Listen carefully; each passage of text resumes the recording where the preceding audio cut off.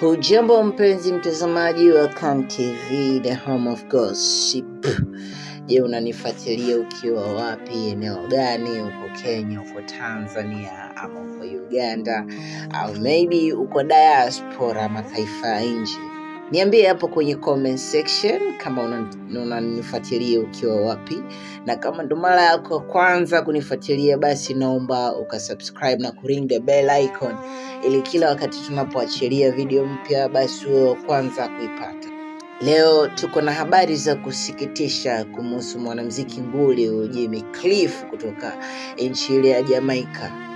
Na habari zenyewe ni kwamba Jimmy Cliff, nyota wa reggae kutoka Jamaica, yule afariki dunia akiwa na umri wa miaka 81.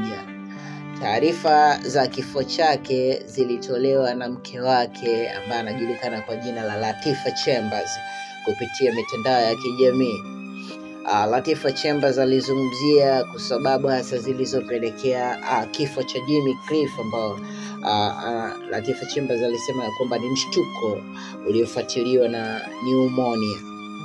Familia imeomba faraga kipindi hichi cha maombolezi, huku mashabiki wote duniani kote wakiendelea kutoa heshima zao za mwisho kwa nguli huyu Jimmy Cliff.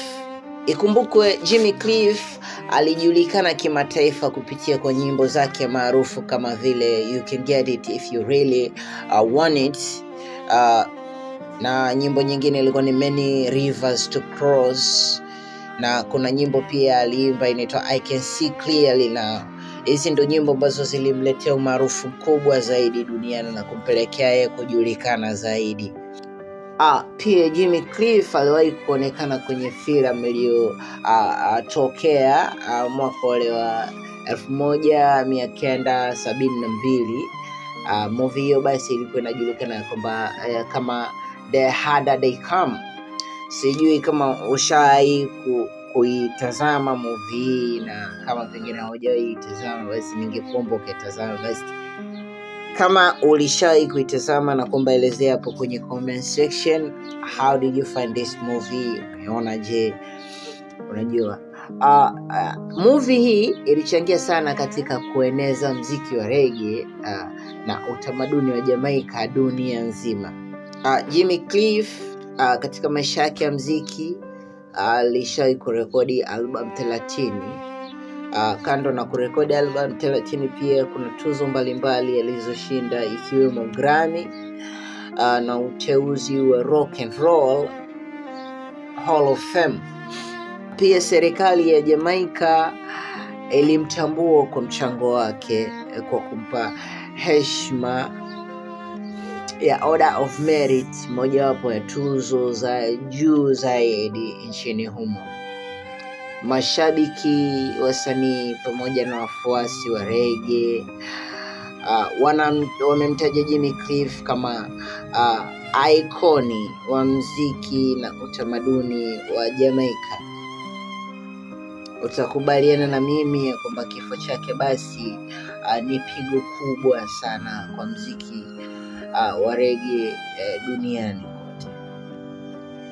From Khan TV tunatoa risala na rambirambi zetu, na labda pengine tunazidi kumwombea Jimmy Cliff. Tunamwombea kwa Mungu aweze kuilaza roho yake mahali pema peponi.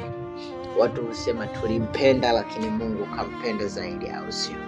So kama nashukuru kwa kuitazama video hii, na usitoke bila kulike video hii, kushare, kucomment. Rest in peace Jimmy Cliff, kama ulikuwa unafahamu, na kama unafahamu at least make it na jipatie kibarua cha kwenda kutafuta japo moja wapo ya ngoma yake usikilize. Inajulikana kama Jimmy Cliff. Otherwise, thank you very much kwa kutazama video.